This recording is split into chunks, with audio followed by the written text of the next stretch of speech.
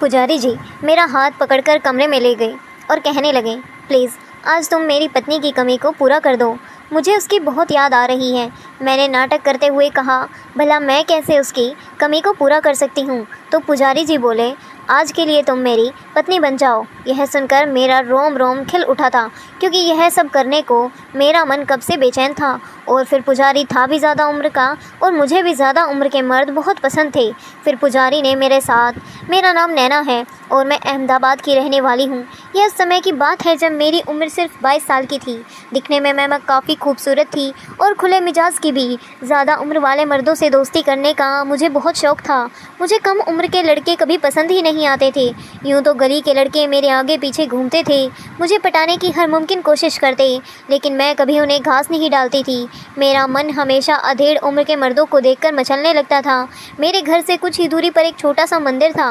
मंदिर में नया पुजारी आया हुआ था। वह अपने आप को बाल ब्रह्मचारी कहता था। उसकी उम्र करीबन 45 साल की थी। दिखने में मसावला था, मगर शरीर उसका बहुत कसा हुआ था। मैं हफ्ते में 4-5 बार मंदिर जाया करती थी। मंदिर में वह मुझे घूर कर शरारती नज़रों से देखा करता था। मुझे उसकी नीयत पर शक होने लगा था, मगर मन ही मन मुझे अच्छा भी लगता था, क्योंकि उसका बदन बहुत ही ज़्यादा कसा हुआ था, जो देखने में काफ़ी आकर्षित लगता था। एक दिन मैं बहुत ही सुबह ही मंदिर पहुंच गई थी। वहां पहुंचने पर देखा कि पुजारी नहा रहा है। वह मेरी तरफ देखकर मुस्कुरा दिया और रुकने के लिए इशारा किया। वह खुले में नल के नीचे नहा रहा था। उसका कसा हुआ बदन बहुत अच्छा लग रहा था। उसने पतली सफ़ेद धोती पहन रखी थी। मैं तिरछी नज़र से उसे देख ही रही थी। शायद उसे पता चल गया कि मैं उसे देख रही हूँ। गीली धोती होने की वजह से उसका पूरा वजूद साफ नज़र आ रहा था। मेरी नज़र तो उसके हटने का नाम ही नहीं ले रही थी। वह अब कपड़े बदलने लगा। कपड़े बदलकर वह मेरे पास आ गया और बोला, अब तुम्हें पूजा कराता हूँ। पूजा के बाद उसने मेरी पूजा की थाली में चुपचाप एक पर्ची डाल दी, जिसमें डालते हुए देख चुकी थी, लेकिन मैंने उसको ऐसा दिखाया जैसे मुझे कुछ पता ही नहीं।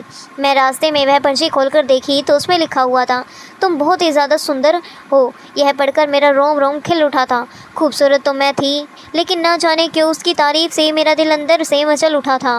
मैं चुपचाप अपने घर पर आ गई और अपने घर के कामों में लग गई। फिर रात को मैंने खाना खाया और खाना खाकर सो गई। अभी मुझे सोए हुए थोड़ी ही देर हुई थी कि मैंने सपने में देखा कि पुजारी मेरे साथ बहुत ही ज़्यादा शरारती हरकतें कर रहा है और उसकी यह हरकतें मुझे बहुत अच्छी लग रही हैं। अचानक से मेरा सपना टूट गया और मैं इधर उधर देखकर मायूस हो गई। अरे यार, यह तो सपना था। काश ये सब हकीकत में हो जाता। सोचते सोचते मैं फिर से सो गई। काश वह सपना मुझे फिर से आ जाए। मैं आज सुबह बहुत जल्दी ही उठ गई थी। मैंने सोचा क्यों ना मंदिर चली जाऊं, पुजारी से भी मुलाकात हो जाएगी, उसका भी दिल की हाल पता चल जाएगा, आखिर उसके मन में चल क्या रहा है। मैं जल्दी से नहाई और तैयार होकर मंदिर चली गई। मैंने देखा पुजारी फिर से वही धोती पहनकर नहा रहा था। इस बार नहाते में उसने बहुत ज़्यादा देर लगाई थी और मुझे बैठने के लिए इशारा कर दिया। मैं वहीं से बैठी बैठी उसे घूर रही थी। थोड़ी देर बाद वह नहाकर आया और बोला, चलो मैं तुम्हें पूजा कराता हूँ। वह बार बार मेरी तरफ बड़े ध्यान से देख रहा था। शायद वह भी जानना चाहता था कि मेरे मन में क्या चल रहा है, लेकिन मैं तो अनजान बनी रही थी और ना ही मैंने उसे उस पर्ची के बारे में पूछा। थोड़ी देर पूजा करने के बाद उसने मेरे पास आकर धीरे से कहा, तुम बहुत सुंदर हो। मैंने कहा, पुजारी जी आप तो बाल ब्रह्मचारी हो, आपको ऐसी बातें शोभा नहीं देती। उसने कहा, हाँ यह सब तो ठीक है, मगर मैं भी तो इंसान हूँ, मेरा भी तो मन है, कभी कभी बहक जाता है। अच्छा यह बताओ कि जब मैं नहा रहा था तो तुम क्या देख रही थी। मैं थोड़ी शर्मा गई, मगर हिम्मत करके बोली, कुछ नहीं पुजारी जी, मैं तो बस ऐसे ही देख रही थी। और कुछ नहीं पुजारी मुस्कुरा कर बोला, और कुछ नहीं तो फिर बताओ मैं कैसा लगता हूँ। मैंने कहा, पुजारी जी आप तो बहुत ही भयंकर हैं, मुझे आपसे डर लगता है, आप तो बड़े खिलाड़ी लगते हैं। इस पर वह बोला, अरे चलो ना थोड़ी देर बातें करते हैं, यहाँ भी कोई नहीं है। मैंने हाँ में सिर हिलाया और हम दोनों बैठ गए। अचानक ही पुजारी जी मुझे देखकर बोले, तुम मुझे बहुत ही अच्छी लगती हो, मन करता है तो मैं अपने सीने से लगा लूँ। तब मैंने कहा, लगता है आप बाल ब्रह्मचारी के नाम से बहुत मज़े कर चुके हो, आप तो बहुत ख़राब आदमी लगते हो, मैं आपके बारे में सबको बता दूंगी। मैंने नाटक करते हुए कहा। पुजारी कुछ डर गया और कहने लगा, प्लीज़ ऐसा मत करना, मैं तुम्हें कुछ नहीं करूँगा, मेरी बहुत बदनामी होगी अगर तुमने किसी से कुछ कहा तो। मैंने कहा, ठीक है नहीं कहूँगी। पुजारी को अब थोड़ी तसल्ली हुई थी। फिर पुजारी बोला, अरे अपना नाम तो बता दो। मैंने कहा, मुझे लोग नैना कहते हैं।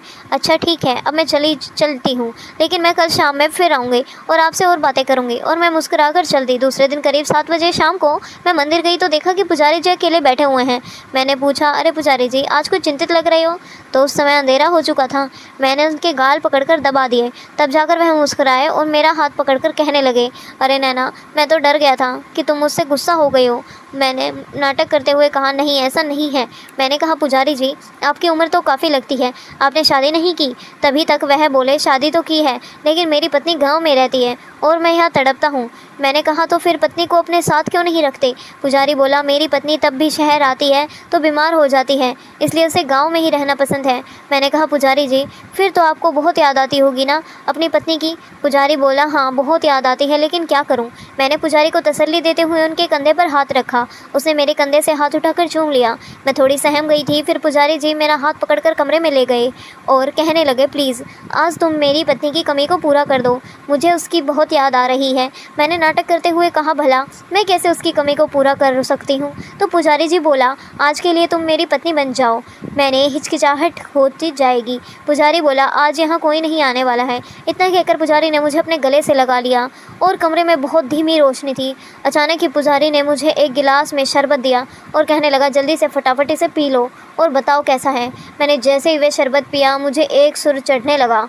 मैंने कहा, आप पहले यह बताओ कि आप कितनी लड़कियों की को बीवी बना चुके हो? पुजारी जी बोले, अरे नैना, बस तुम दूसरी हो। इससे पहले एक 40-45 साल की औरत के साथ मस्ती की थी, वह विधवा थी। मैंने कहा, ओह पुजारी जी, मैं तो कुंवारी हूँ। इतना कहकर मैं थोड़े नखरे दिखाने लगी, लेकिन धीरे धीरे मेरे जज्बात भी पिघलने लगे और कब मैंने अपना तन मन उन्हें सौंप दिया मुझे पता ही नहीं चला। जब होश आया तो बहुत देर हो चुकी थी। मैं थोड़ा घबरा सी गई थी। पुजारी जी मुझे सॉरी बोलने लगा। मैं दिखावटी गुस्सा करने लगी। मैं घर जाने के लिए कहने लगी। पुजारी ने मुझे कुछ देर और रुकने के लिए कहा। बिना कुछ बोले मैं थोड़ी देर बैठी रही और झूठा गुस्सा दिखाती रही। वो बोला, तुम मुझे बहुत अच्छी लगती हो, तुम रोज़ मेरे पास आ जाया करो, मेरा भी दिल बहल जाएगा और तुम्हारा भी मनोरंजन हो जाएगा। मैंने हाँ में सिर हिलाया और उसके बाद मैं अपने घर आ गई। यह सिलसिला करीब 6 महीने तक चलता।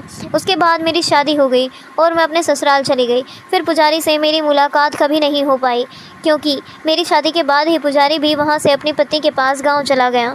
तो दोस्तों, यह थी हमारी आज की कहानी आपको कैसी लगी हमें कमेंट करके ज़रूर बताएं। वीडियो अच्छी लगी हो तो लाइक करें, शेयर करें, सब्सक्राइब करें। धन्यवाद। मिलते हैं कल आपसे एक नई कहानी में।